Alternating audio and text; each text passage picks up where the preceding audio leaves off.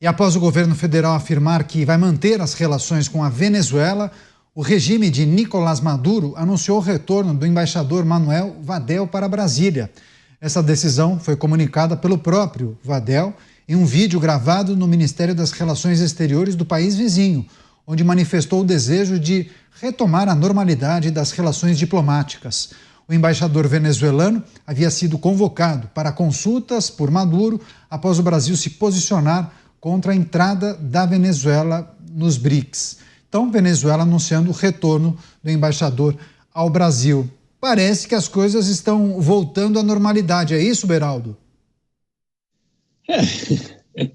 Voltando à normalidade, eu não sei, Canhoto. Eu não sei se elas de fato saíram da normalidade dessa relação pessoal, aí amigos que às vezes brigam, se afastam e depois voltam, mas a amizade está sempre ali. Se tivesse um aperto, tenho certeza que estariam de mãos dadas, Canhoto.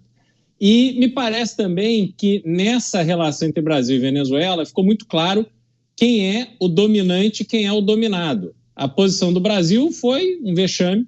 A gente se colocou de maneira frágil diante de um vizinho, um país vizinho, que não respeita democracia, prende jovens, prende aqueles que ousam se manifestar de forma contrária ao governo, não respeita as mulheres, prende os seus opositores políticos, impede que seus opositores concorram nas eleições, dominam o Supremo Tribunal Federal, e fazem tudo aquilo de oposto ao que se defende aqui, o governo defende no Brasil, e mesmo assim estão ali de cabeça baixa, serenos e tal, e agora a gente vê o vencedor, né, dessa disputa, ou pelo menos aquele que saiu por cima, dizendo, então tá bom, se é nos meus termos, se eu tô por cima, se eu demonstrei a minha força e você entubou, então eu vou falar para o meu embaixador voltar para Brasília.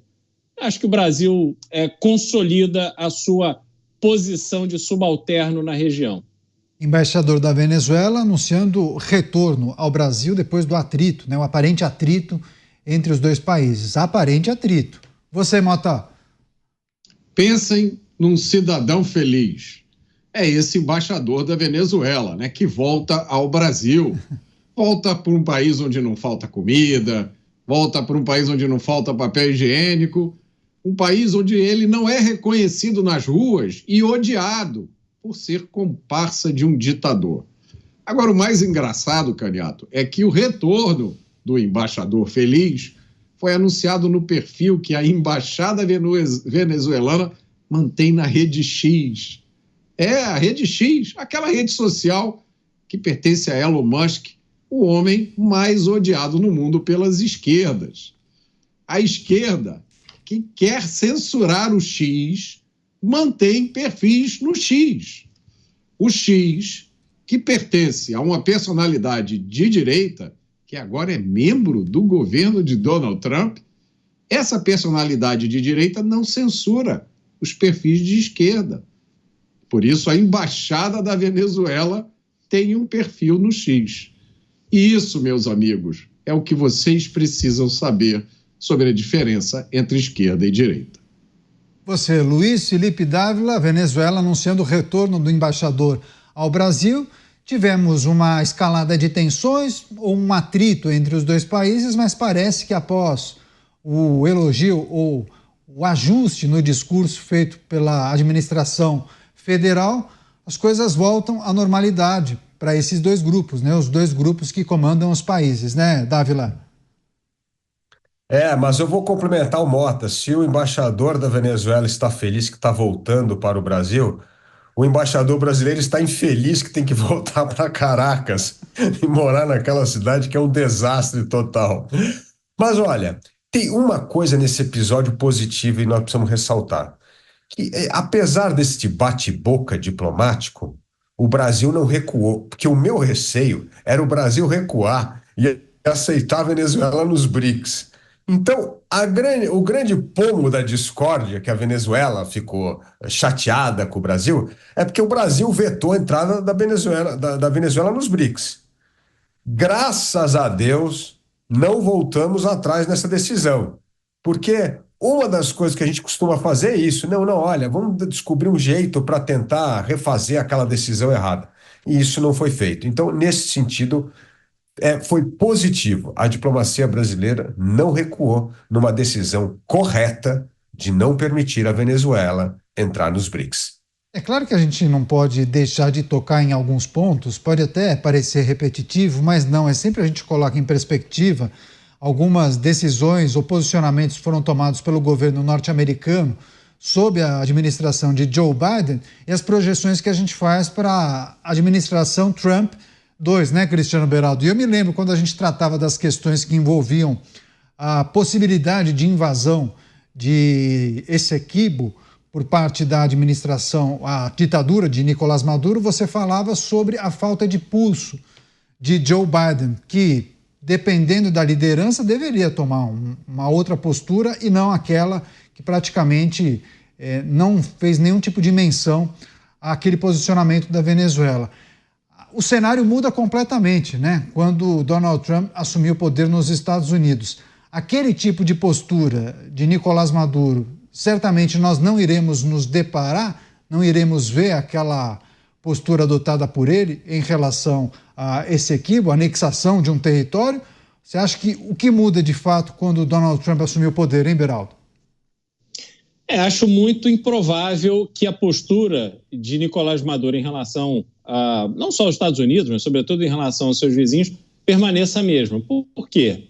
Ele ali com um presidente americano fraco, ele vai testando os seus limites, vai anunciando essas invasões, emitiu lá uma lei que já anexava esse pedaço da Guiana como território da Venezuela, falou que ia invadir esse território da Guiana através do Brasil, enfim, foi fazendo essas bravatas que acabaram não consolidadas numa ação concreta, mas causam instabilidade e os Estados Unidos não demonstrou, não esboçou nenhuma reação, pelo menos não pública. Agora, com Trump no poder, com todo o gabinete que Trump está montando, acho muito improvável que Nicolás Maduro vá testando esses limites com os Estados Unidos. Me parece que o respeito à postura e ao papel do presidente norte-americano institucional, né, esse respeito passa a ser reforçado e Nicolás Maduro deve adotar uma postura bastante menos bravateira do que estava com Joe Biden.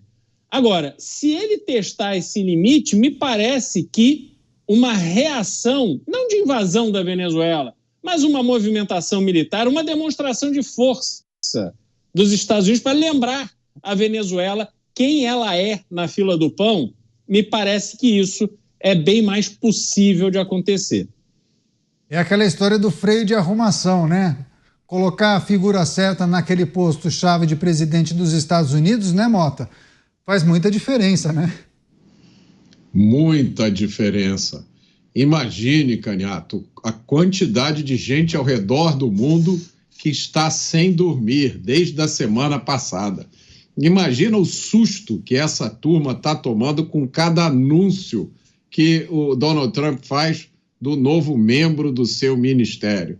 Imagine você, uma pessoa com as convicções que Donald Trump tem e que a sua equipe compartilha, agora estão no poder na nação mais poderosa do mundo. Estão controlando um monte de agências de inteligência, agências de segurança, estão controlando verbas, Canhato. Isso é o mais importante de tudo. Muitos dos males dos quais a gente padece aqui no Brasil e em outros países do mundo têm origem em organizações internacionais que, como o grande Javier Milei denunciou, chamaram para si a missão de regular as nossas vidas. Então querem decidir como a gente deve trabalhar, o que a gente pode comer, que remédios que a gente deve tomar, se os nossos criminosos devem ou não ser presos. Isso é decidido por entidades internacionais. Imagine que essas entidades, a grande maioria delas ou todas, depende a maior fatia do orçamento delas vem dos Estados Unidos da América. Imagine que isso agora vai ser examinado, vai ser auditado por Elon Musk e Vivek Ramaswamy. Então, deve ter muita gente muito preocupada e eu, para essas pessoas, não tenho nenhuma palavra de consolo. O que eu tenho a dizer para elas é que a hora da verdade se aproxima. Então, se você andou fazendo alguma coisa de errado nos últimos anos, se você andou explorando a ignorância das pessoas para o seu próprio lucro ou para promover a sua ideologia, olha, os seus dias vão ficar um pouco mais complicados. Pois é, os líderes pouco democráticos, né, Dávila, da América Latina, com a chegada de Donald Trump, talvez eles repensem exatamente a maneira como eles se comunicam e a postura que eles adotam, né, Dávila? Com certeza não farão provocações que despertem a ira dos Estados Unidos. Aliás, esta é uma situação que pode criar problemas de novo entre os Estados Unidos e o Brasil por causa da Venezuela. Porque imaginemos o seguinte cenário: o secretário de Estado, o que é o ministro das Relações Exteriores, o Marco Rubio, é uma pessoa que se importa com a América Latina. Então, os Estados Unidos, que sempre trataram com um certo descaso a América Latina, agora volta ao radar. E Marco Rubio tem uma antipatia pessoal por ditadores, sejam eles cubanos, venezuelanos, iranianos ou qualquer outra espécie. Isso significa que se Maduro fizer alguma gracinha e subir a temperatura, como o Brasil vai responder a isso? Vai se aliar à Venezuela ou vai se aliar aos Estados Unidos? Porque um aliado que ele vai contar na América do Sul sempre contra a ditadura de Maduro é a Argentina de Javier Milei. Então, isso vai sim esquentar as relações, principalmente entre Brasil e Estados Unidos, se a Venezuela continuar agindo do jeito que está. Ou seja, a pressão vai subir em cima do nosso ditador venezuelano. E o Brasil vai ter que escolher lado. Não vai dar para continuar em cima do muro como está hoje, num caso que é, na verdade, um descaso com o povo venezuelano, um povo que batalhou, teve a coragem de ir às urnas e votar contra o ditador Maduro e eleger Edmundo González presidente. Esse foi um ato de coragem cívica e, infelizmente, não foi respaldado pelo Brasil e por outros países como os Estados Unidos. Agora, esse jogo pode virar. Falando